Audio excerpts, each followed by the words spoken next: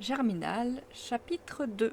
Au milieu des champs de blé et de betteraves, le coron des 240 dormait sous la nuit noire. On distinguait vaguement les 4 immenses corps de petites maisons adossées, des corps de caserne ou d'hôpital géométriques, parallèles, que séparaient les 3 larges avenues divisées aux jardins égaux. Et sur le plateau, désert, on entendait la seule plainte des rafales dans le treillage arraché des clôtures. Chez les Maheu, au numéro 16 du 2e corps, rien ne bougeait. Des ténèbres épaisses noyaient l'unique chambre du premier étage, comme écrasant de leur poids le sommeil des êtres que l'on sentait là, en tas la bouche ouverte, assommés de fatigue. Malgré le froid vif du dehors, l'air alourdi avec une chaleur vivante, cet étouffement chaud des chambrés les mieux tenus qui sentaient le bétail humain. 4 heures sonnèrent au coucou de la salle du rez-de-chaussée.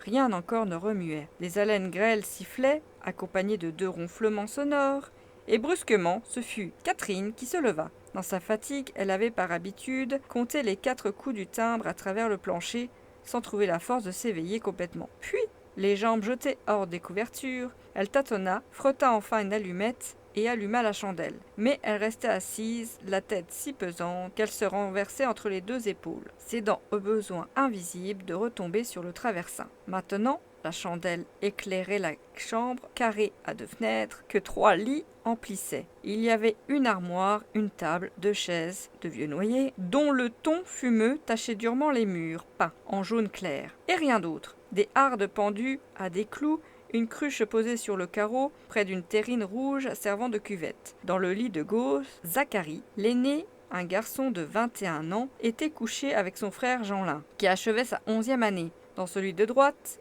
2 mioches, Lénore et Henri. La première de 6 ans, la seconde de 4, dormaient au bras l'un de l'autre, tandis que Catherine partageait le 3e lit avec sa sœur Alzire, si chétive pour ses 9 ans qu'elle ne l'aurait même pas senti près d'elle, sans la bosse de la petite infirme qui lui enfonçait les côtes. La porte vitrée était ouverte, on apercevait le couloir du palier, l'espèce de boyau où le père et la mère occupaient un 4e lit, contre lequel il avait dû installer le berceau de la dernière venue, Estelle, âgée de 3 mois à peine. Cependant, Catherine fit un effort désespéré. Elle s'étirait, elle crispait ses 2 mains dans ses cheveux roux qui lui embroussaillaient le front et la nuque. Fluette pour ses 15 ans, elle ne montrait de ses membres, hors du fourreau étroit de sa chemise, que des pieds bleuis, comme tatoués du charbon, et des bras délicats dont la blancheur de lait tranchait sur le teint blême du visage, déjà gâté par les continuels lavages au savon noir. Un dernier bâillement ouvrit sa bouche, un peu grande, aux dents superbes, dans la pâleur chlorotique des gencives, pendant que ses yeux gris pleuraient de sommeil combattu,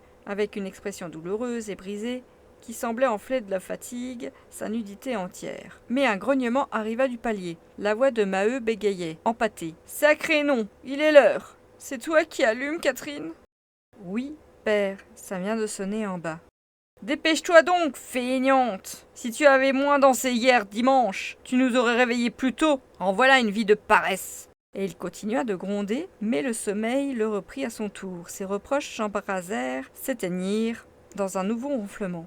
La jeune fille, en chemise, pieds nus sur le carrelage, allait et venait par la chambre. Comme elle passait devant le lit d'Henri et de Lénore, elle rejeta sur eux la couverture qui avait glissé, et ils ne s'éveillaient pas. Anéantie dans le gros sommeil de l'enfance, Alzire, les yeux ouverts, s'était retournée pour prendre la place chaude de sa grande sœur sans prononcer un mot.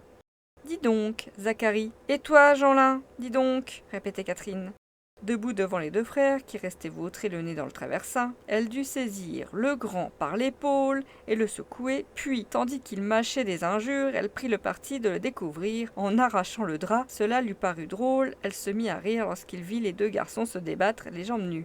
« C'est bête, lâche-moi » grogna Zacharie, de méchante humeur, quand il se fut assis. « Je n'aime pas les farces. Dire, nom de Dieu, qu'il faut se lever. » Il était maigre, dégingandé, la figure longue, salie de quelques rares poils de barbe, avec les cheveux jaunes et la pâleur anémique de toute la famille. Sa chemise lui remontait au ventre. Il la baissa non par pudeur, mais parce qu'il n'avait pas chaud. « C'est sonné en bas, répéta Catherine. Allons, hop !» Le père se fâche. Jeanlin, qui s'était pelotté, referma les yeux en disant « Va te faire fiche, je dors !»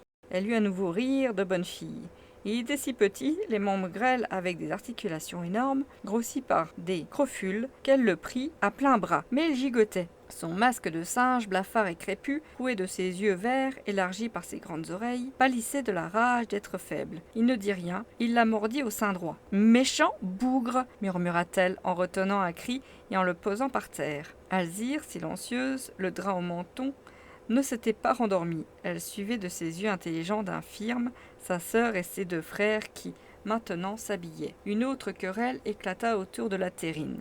Les garçons bousculèrent la jeune fille, parce qu'elle se lavait trop lentement, les chemises volaient, pendant que, gonflés encore de sommeil, ils se soulageaient, sans honte, avec l'aisance tranquille d'une portée de jeunes chiens, grandis ensemble. Du reste, Catherine fut prête la première. Elle enfila sa culotte de mineur, passa la veste de toile, noua le béguin bleu autour de son chignon, et dans ses vêtements propres du lundi, elle avait l'air d'un petit homme. Rien ne lui restait de son sexe que le dandinement léger des hanches. « Quand le vieux rentrera, dit méchamment Zacharie, il sera content de trouver le lit défait. Tu sais, je lui raconterai que c'est toi. » Le vieux, c'était le grand-père Bonnemort, qui, travaillant la nuit, se couchait au jour de sorte que le lit ne refroidissait pas. Il y avait toujours dedans quelqu'un à ronfler.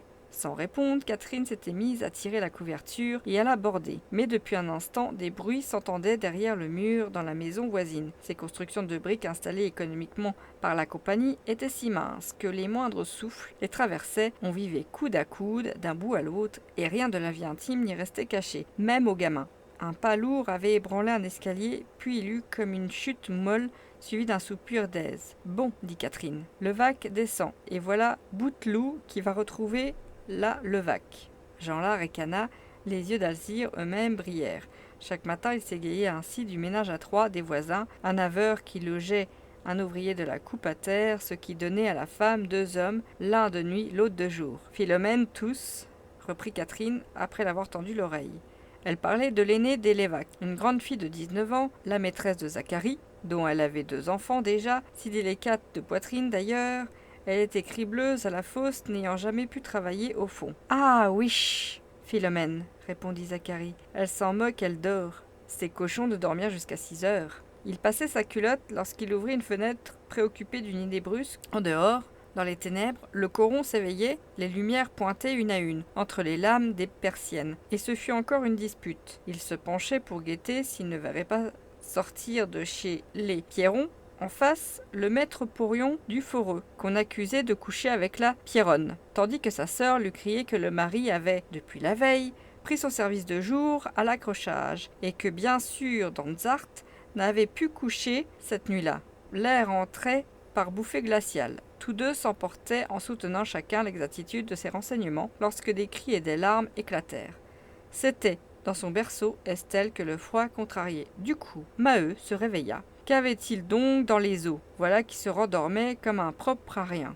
Et il jurait si fort que les enfants à côté ne soufflaient plus. Zacharie et Jean-là achevèrent de se laver avec une lenteur déjà lasse. Alzire, les yeux grands ouverts, regardait toujours les 2 mioches. Lénore et Henri, au bras l'un de l'autre, n'avaient pas remué, respirant du même petit souffle malgré le vacarme. « Catherine, donne-moi la chandelle » cria Maheu. Elle finissait de boutonner sa veste, elle porta la chandelle dans le cabinet, laissant ses frères chercher leurs vêtements. Au peu de clarté qui venait de sa porte, son père sautait du lit, mais elle ne s'arrêta point. Elle descendit en gros bas de laine à tâtons et alluma dans la salle une autre chandelle pour préparer le café. Tous les sabots de la famille étaient sous le buffet. « Te tairas-tu, vermine ?» reprit Maheu, exaspéré des cris d'Estelle qui continuaient. Il était comme le vieux Bonnemort, et il lui ressemblait en gras, la tête forte, la face plate et livide, sous les cheveux jaunes, coupés très courts. L'enfant hurlait davantage, effrayé par ses grands bras noueux qui se balançaient au-dessus d'elle. « Laisse-la, tu sais bien qu'elle ne veut pas se taire, dit la Maheude, en s'allongeant au milieu du lit. Elle aussi venait de s'éveiller, et elle se plaignait. C'était bête de ne jamais faire sa nuit complète. Il ne pouvait donc partir doucement, enfuie dans la couverture. Elle ne montrait que sa figure longue aux grands traits, d'une beauté lourde, déjà déformée à 39 ans par sa vie de misère et les 7 enfants qu'elle avait eus. Les yeux au plafond, elle parla avec lenteur pendant que son homme s'habillait. Ni l'un ni l'autre n'entendait plus la petite qui s'étranglait à crier. « Tu sais, je suis sans le sou, et nous voici à lundi seulement, encore 6 jours à attendre la quinzaine. Il n'y a pas moyen que ça dure. À vous tous, vous apportez 9 francs. Comment veux-tu que j'arrive? Nous sommes 10 à la maison. »« Oh, 9 francs, se s'écria Maheu. Moi et Zacharie, 3. Ça fait 6. Catherine et le père 2, ça fait 4. 4 et 6, 10. Et Jeanlin 1, ça fait 11. Oui, 11. Mais il y a les dimanches et les jours de chômage. Jamais plus de 9, entends-tu ? Il ne répondit pas, occupé à chercher par terre sa ceinture de cuir, puis il dit en se relevant. Faut pas se plaindre, je suis tout de même solide, et il y en a plus d'un, à 42 ans, qui passe au raccommodage. Possible, mon vieux, mais ça nous donne pas du pain. Qu'est-ce que je vais fiche, dit. Tu n'as rien, toi ? J'y ai 2 sous. Garde-les pour boire une chope, mon Dieu. Qu'est-ce que je lui fiche ? 6 jours, ça n'en finit plus. Nous devons 60 francs à Magras, qui m'a mise à la porte avant-hier. Ça ne m'empêchera pas de retourner le voir. Mais s'il s'entête à refuser, et la Maheude continua d'une voix morne, la tête immobile, fermant par instants les yeux sous la clarté triste de la chandelle. Elle disait le buffet vide, les petits demandant des tartines, le café même manquant, et l'eau qui donnait des coliques, et les longues journées passées à tromper la faim avec des feuilles de chou bouilli. Peu à peu, elle avait dû hausser le ton car le hurlement d'Estelle couvrait ses paroles. Ses cris devenaient insoutenables. Maheu parut tout d'un coup les entendre hors de lui, et il saisit la petite dans le berceau, il la jeta sur le lit de la mère en balbutiant de fureur. « Tiens, prends-la, je l'écraserai. Nom de Dieu d'enfant, ça ne manque de rien, sa tête, et ça se plaint plus haut que les autres. » Estelle s'était mise à téter, en effet, disparut sous la couverture, calmée par la tiédeur du lit, elle n'avait plus qu'un petit bruit goulu des lèvres. « Est-ce que les bourgeois de la Piolaine ne t'ont pas dit d'aller les voir ?» reprit le père au bout d'un silence. La mère pinça la bouche d'un air de doute découragé. « Oui, ils m'ont rencontré. Ils portent des vêtements aux enfants, pauvres. Enfin, je mènerai ce matin chez eux Lénore et Henri. S'ils me donnaient 100 sous seulement... » Le silence recommença. Maheu était prêt. Il demeura un moment immobile, puis il conclut de sa voix sourde. « Qu'est-ce que tu veux ? C'est comme ça. Arrange-toi pour la soupe. Ça n'avance à rien d'en causer. Vaut mieux être là-bas au travail. » « Bien sûr, répondit la Maheude. Souffle la chandelle, je n'ai pas besoin de voir la couleur de mes idées. » Il souffla la chandelle. Déjà, Zacharie et Jeanlin descendaient. Il les suivit et l'escalier de bois craquait sur leurs pieds, lourd, chaussé de laine. Derrière eux, le cabinet de la chambre était retombé aux ténèbres. Les enfants dormaient, les paupières d'Alzire elle-même s'étaient closes. Mais la mère restait maintenant les yeux ouverts dans l'obscurité, tandis que, tirant sur sa mamelle pendante de femme épuisée, Estelle ronronnait comme un petit chat. En bas, Catherine s'était d'abord occupée du feu, la cheminée de fonte, à grille centrale, flanquée de 2 fours, et où brûlait constamment un feu de houille. La compagnie distribuait par mois à chaque famille 8 hectolitres d'escaillage, charbon dur ramassé dans les voies. Il s'allumait difficilement, et la jeune fille qui couvrait le feu chaque soir n'avait qu'à le secouer le matin, en ajoutant de petits morceaux de charbon tendre, triés avec soin, puis après avoir posé une bouillotte sur la grille, elle s'accroupit devant le buffet. C'était une salle assez vaste, tenant tout le rez-de-chaussée peint en vert pomme, d'une propreté flamande, avec ses dalles lavées à grande eau et semées de sable blanc. Outre le buffet de sapin verni, lamentablement, l'ameublement consistait en une table et des chaises du même bois, collées sur les murs, des enluminures violentes. Les portraits de l'empereur et de l'impératrice, donnés par la compagnie, des soldats et des saints bariolés d'or, tranchant crûment dans la nudité claire de la pièce. Il n'y avait d'autre ornement qu'une boîte de carton rose sur le buffet et que le coucou à cadran peinturluré, dont le gros tic-tac semblait remplir le vide du plafond. Près de la porte de l'escalier, une autre porte conduisait à la cave. Malgré la propreté, une odeur d'oignon cuit, enfermée depuis la veine, empoisonnait l'air chaud, cet air alourdi toujours chargé d'une âcreté de houille. Devant le buffet ouvert, Catherine réfléchissait.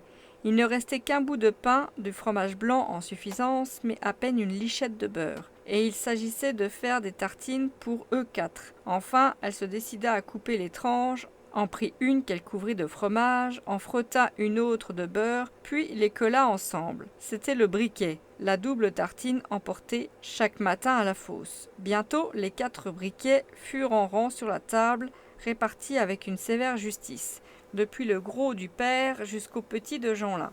Catherine, qui paraissait toute à son ménage, devait pourtant rêvasser aux histoires que Zacharie racontait sur le maître Porion et la Pierronne, car elle entrebâilla la porte d'entrée et jeta un coup d'œil dehors. Le vent soufflait toujours, les clartés plus nombreuses couraient sur la façade basse du coron, d'où montait une vague trépitation de réveil. Déjà les portes se refermaient de files noires d'ouvriers s'éloignaient dans la nuit. Est-elle bête de se refroidir puisque le chargeur à l'accrochage dormait bien sûr. En attendant d'aller prendre son service, à 6 heures, et elle regardait la maison de l'autre côté des jardins. La porte s'ouvrit, sa curiosité s'alluma, mais ce ne pouvait être que la petite des Pierron, Lydie, qui partait pour la fosse. Un bruit sifflant de vapeur la fit se tourner, elle ferma et se hâta de courir, l'eau bouillait et se répandait, éteignant le feu. Il ne restait plus de café, elle dut se contenter de passer l'eau sur le marc de la veille. Puis, elle sucra dans la cafetière avec de la cassonade. Justement, son père et ses 2 frères descendaient. « Fichtre !» déclara Zacharie, quand il eut mis le nez dans son bol. « En voilà un qui ne nous cassera pas la tête !» Maheu haussa les épaules d'un air résigné. « Bah, c'est chaud, c'est bon tout de même !» Jeanlin avait ramassé les miettes des tartines et trempé une soupe. Après avoir bu, Catherine acheva de vider la cafetière dans les gourdes de fer blanc. Tous 4, debout, mal éclairés par la chandelle fumeuse, avalaient en hâte. « Y sommes-nous à la fin ?» dit le père. « On croirait qu'on a des rentes. » Mais une voix vint de l'escalier dont il avait laissé la porte ouverte. C'était la Maheude, qui criait « Prenez tout le pain, j'ai un peu de vermicelle pour les enfants. »« Oui, oui, répondit Catherine. Elle avait recouvert le feu en calant sur un coin de la grille un restant de soupe que le grand-père trouverait chaude lorsqu'il rentrerait à 6 heures.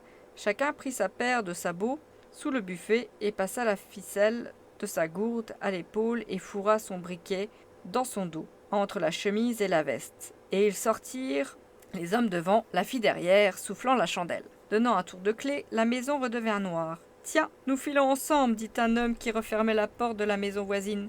C'était Levaque, avec son fils Bébert, un gamin de 12 ans, grand ami de Jeanlin. Catherine, étonnée, étouffa un rire à l'oreille de Zacharie. Quoi donc ? Boutelot n'attendait même plus que le mari fût parti. Maintenant, dans le coron, les lumières s'éteignaient. Une dernière porte claqua. Tous dormaient de nouveau. Les femmes et les petits reprenaient leur somme au fond des lits plus larges et du village éteint au fourron qui soufflait, c'était sous les rafales d'un lent défilé d'ombre. Le départ des charbonniers pour le travail, roulant des épaules embarrassées de leurs bras qu'ils croisaient sur la poitrine, tandis que, derrière, le briquet faisait à chacun une bosse, vêtue de toile mince, ils grelottaient de froid, sans se hâter davantage, débandaient le long de la route avec un piétinement de troupeau. Fin du chapitre 2.